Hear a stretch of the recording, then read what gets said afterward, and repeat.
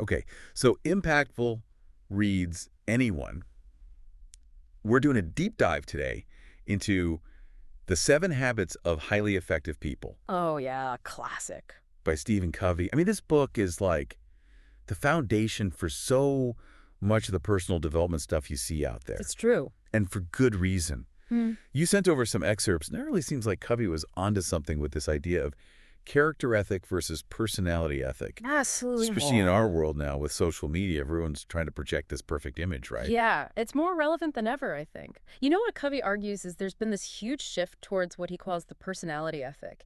And it's basically this belief that success boils down to personality, to your technique, your ability to, like, charm or manipulate your way to the top. It's that whole fake it till you make it idea. Exactly. But Covey's saying, wait a minute, that's not a very solid foundation to build anything meaningful. Exactly. He uses this analogy of a map. Okay. And he says, imagine you're trying to get somewhere and you're a great driver. You got confidence, you got charisma, but the map you're using is totally wrong. You'd be getting lost with style, though, right? You would, but you'd still be lost. True. And Covey's saying that's kind of what happens when we prioritize personality over character. We might see some short-term wins, but in the long run, Yeah. we're not going to reach our potential. So what's character in this sense? It's not just about being nice to people, is it? No, it's deeper than that. Okay. Covey says true character is built on principles, integrity, honesty, fairness, courage. These are like timeless values that act kind of like a compass, you know, guiding you toward true north even when things get tough. Okay, so that's character ethic. But you said society's gone more towards personality ethic. Where do you see that playing out, like, in everyday life? Oh, gosh, everywhere. Think about those get-rich-quick schemes, right? Or those self-help gurus who promise you overnight success. Yeah. It's all about the allure of, like, quick fixes, outward appearances, instead of the less glamorous but ultimately more fulfilling work of building that inner strength. Totally. It's like that saying, you can't shortcut your way to a place worth going. Yes. And Covey would argue the same applies to our character. There are no shortcuts to integrity or wisdom. It's an inside job. It is. It's a process of consistent effort and self-reflection. And he calls these efforts private victories. Yes. It's those small daily choices we make to actually live by our values, even when no one's watching. Exactly. It's about building that inner strength, that moral compass, not for validation from others, but just because it's the right thing to do. He even tells that story about his daughter's birthday party. Oh, yeah. He tried to force this value of sharing onto his daughter. How'd that go? Let's just say it backfired, and not in a good way. It's a good reminder we can't just talk the talk. No. You got to walk the walk. Actions speak so much louder, right? Totally. They show your true character, not just the image you're trying to project. Exactly, and that's why Covey says true influence, it doesn't come from manipulation or being charming. It comes from that solid character base, from a life that's actually aligned with those core principles. So it's not about becoming this perfect, polished version of yourself. It's more about being genuine, authentic, Yes. and like grounded in something deeper than just fleeting trends or what people on social media think you should be. Yeah, Which kind of reminds me of another concept. Covey talks about the abundance mentality versus the scarcity mentality. Oh, that's a good one. It's like two totally different ways of seeing the world. Right. One is all about fear and limitation. The other's about possibility and growth. It does feel like the default setting for us humans, though, is that scarcity mentality. Like, there's only so much to go around. Got to grab what you can. It's true, especially in today's world. I mean, think about it. We are constantly bombarded with messages, you know? Comparing ourselves, feeling threatened by other people's success, always striving for more, more, more. So how do we break free from that then? How do we cultivate that abundance mentality that Covey talks about? Well, it starts with a fundamental shift in perspective. You see, the abundance mentality, it's not about denying that there are challenges or limitations. It's about choosing to focus on the possibilities that exist within those realities. Okay. It's about believing in your own potential and in the boundless capacity for growth and creativity that we all have within us. Think of it like when you're in that scarcity mentality, you see the world as this pie with only so many slices. Yeah. And every success someone else has feels like a smaller slice for you, you know? It's a zero-sum game. Exactly.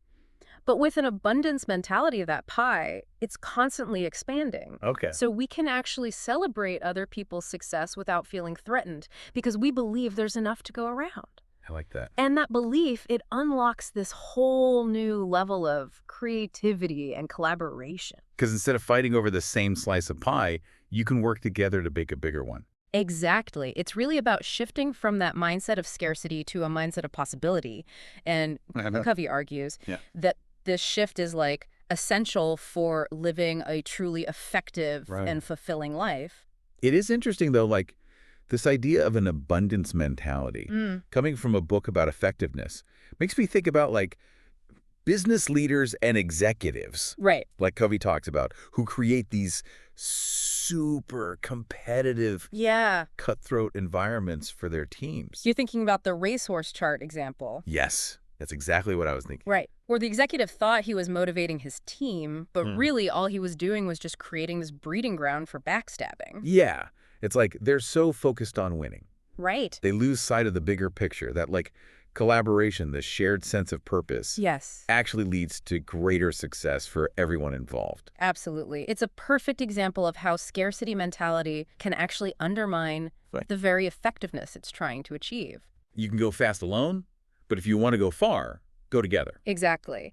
And that spirit of collaboration and mutual benefit, it's really at the heart of Covey's whole approach to effectiveness. Okay. He's saying it's not just about, getting what you want. Yeah. It's about creating a win-win situation for everybody. Which brings us to habit 4, think win-win. Oh, there you go. What I like about this one is it's not just like a tactic you use in a negotiation or something. Right. It's like a whole way of approaching your interactions with people. It's a philosophy. Yeah, like Covey's challenging us to move beyond that Yes. deeply The ingrained win-lose. win-lose mentality that's so pervasive. Yes. It's everywhere you look. It's meat work. Like we're conditioned from childhood Yeah. to see the world as this big competition. Yes. At school, in sports, even in our relationships, Totally. it can be really limiting. Okay, so how do we break free then? How do we start embracing this win-win approach? Well, it starts with that fundamental belief in abundance, that there's enough to go around, that one person's success doesn't take away from yours. It's that rising tide lifts all boats, kind of. Exactly. But it's easy to say that believing it is one thing, but actually putting it into practice, like when you're dealing with someone who's totally in that win-lose mindset, Oh, absolutely. that's got to be It's tough. not always easy, but, Covey actually breaks down all these different paradigms of human interaction. Okay, And it's fascinating. break it down for me.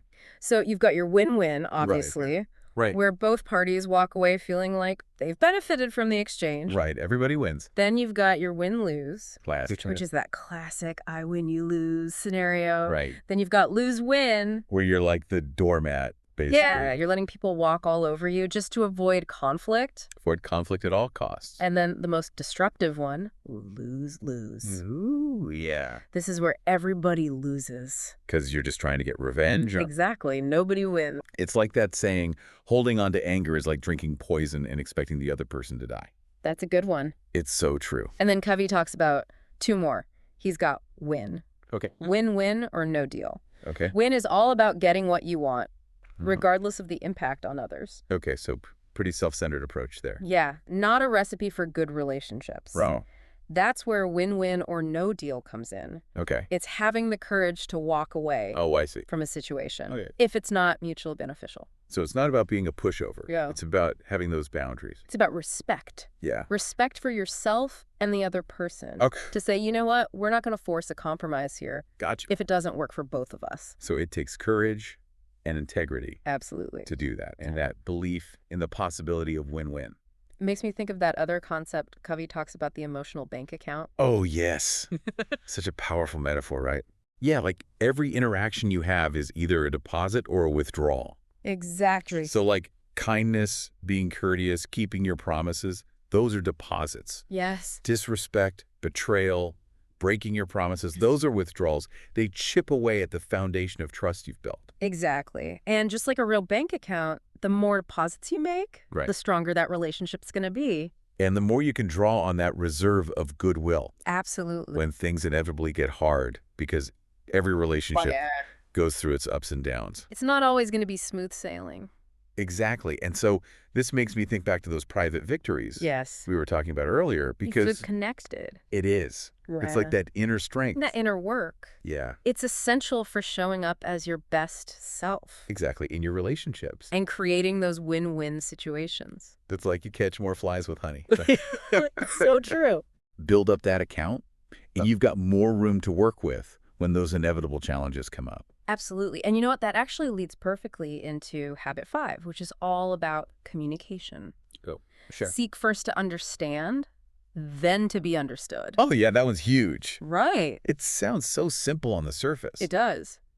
But man, it is so easy to get that backwards. Oh, I know. We just want to make our point. We want to be heard. We want to be right. Exactly. Covey calls it autobiographical listening. Oh, interesting. We're filtering everything through our own experiences and biases instead of really, truly trying to understand where the other person's coming from. Yeah, it's like we're not really listening. We're just waiting for our turn to talk. Exactly. Not to actually hear them. Yeah, we're listening with the intent to reply, Right. not with the intent to understand. Not really understand, yeah. And Covey argues that real communication Yeah. requires this whole paradigm shift, a willingness to first put yourself in their shoes, see the world through their eyes, It's empathy. Yes. It's stepping outside of your own head for a minute 100%. and trying to understand where they're coming from, even if you don't agree with them. Exactly. And that takes, a high degree of self-awareness Right. and emotional security. Well, yeah, because if you're insecure, if you feel threatened by different viewpoints, Right. you can't really listen. You're going to get defensive. You're going to get defensive, yeah. And that's where those private victories, Oh, there we go. they come back in again. Tie it back in. Right. Because the more secure you are in yourself and your values, Mm-hmm. the more open you'll be to understanding other perspectives, even if they're different from your own. It's like you don't have to agree with someone to understand them. Yes, 100%. And then a lot of times, that understanding is the foundation for actually finding some common ground Absolutely. and then building a stronger relationship from there. For sure. And that takes us to habit 6, synergize. Oh, yeah, synergy. That's another one of those buzzwords. It is. Gets thrown around a lot. So what does it really mean in this context? Yeah. So Covey, he defines it as this principle Okay. that the whole is greater than the sum of its parts. Okay. It's like recognizing that when you have different people with different perspectives, different skills, coming together with this spirit of collaboration, Yeah. they can create something way more powerful Wow. than anything they could have done on their own. So it's not about compromise then, right? Right. It's not about everybody giving up a little bit of what they want just to get to an agreement. It's not about meeting in the middle. It's about finding that third option. It's about creating a third alternative. Yes. A solution that none of them could have come up with on their own. That's cool. It reminds me of that, that optical illusion with the young lady and the old woman. Yes. It's like such a good visual. it is, because you've got the same image, but people are seeing it in these completely different ways. Because of their paradigm. And it's about like respecting those different perspectives, trying to see it from their side. Yes. And by doing that, you actually expand your own perspective. Exactly. You open up these possibilities that you didn't even know were there before. 100%. I love that. Synergy is all about valuing those differences, right? Seeing them as strengths instead of weaknesses. Right. And using them to create something bigger. It's like those innovative companies Yes. that really encourage their employees to collaborate across departments. They seem to be the ones who are coming up with the best, most creative solutions. Because they're not afraid of those different viewpoints, those different ideas. They're embracing them. They're like, bring it on. Let's see what we can come up with together. Exactly. I like it. And Covey would argue this applies to our personal lives too. When we approach our relationships with that same openness, that curiosity, Yeah. we create the space for synergy. That's cool. To show up. It's recognizing that everybody brings something unique and valuable to the table. Yes. And if you can harness that, you can achieve so much more together than you ever could apart. Absolutely. Okay, so that brings us to the final habit, habit 7. The grand finale.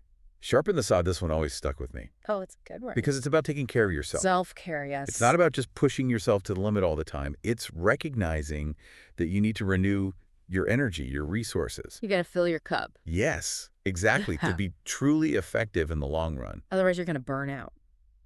So Covey says you can't neglect any dimension of your being physical, spiritual, mental, social, emotional, without it impacting everything else. It's all connected. It's all connected, yeah. You can't pour from an empty cup. And sharpening the saw, that's not a one-time thing, right? It's got to be an ongoing process. It's a lifelong journey, right? Yeah, of self-renewal and self-improvement. Of growth. It's making those daily choices that support your well-being, mind, body, spirit, Absolutely. and your relationship. Your connections with others. Yeah, it's recognizing that you're not a machine. You can't just keep going and going without any maintenance. You're not a robot. You got to take those breaks. You got to invest in yourself You deserve it. so that you can show up as the best version of yourself in all areas of your life. Exactly. And that investment, it pays off in every area. Yeah, career, relationships, your overall sense of purpose. That's what it's all about. And there you have it, the 7 habits of highly effective people. We did it. More than just a self-help book. A blueprint for life? It really is. A Yeah. blueprint for living a life of integrity and purpose and meaning. With intention. It's about building those private victories. Yes. That lead to public victories. Hmm. It's about cultivating that abundance mentality. Thinking win-win. Seeking first to understand Then to be understood. and recognizing that we can achieve so much more together than we ever could alone. The power of synergy. Exactly. We'd love to see it. So as you go back to your everyday life, think about which of these habits really resonates with you right now. Yeah. What's one small step you can take today? To sharpen your own saw, to make a deposit in your emotional bank account. Because it all starts with one small step. Exactly. It's not about being perfect. It's about progress, right? Progress over perfection. Exactly. And even those small, consistent steps, they can make a world of difference over time. They really can. And you never know. You might just inspire someone else to start their own journey of personal effectiveness. There you go. Pay it forward. That's it for our deep dive today. We'll be back next week with another fascinating topic and a fresh stack of sources to explore. Can't wait. Until then, keep learning, keep growing, and keep seeking those aha moments. See you next time.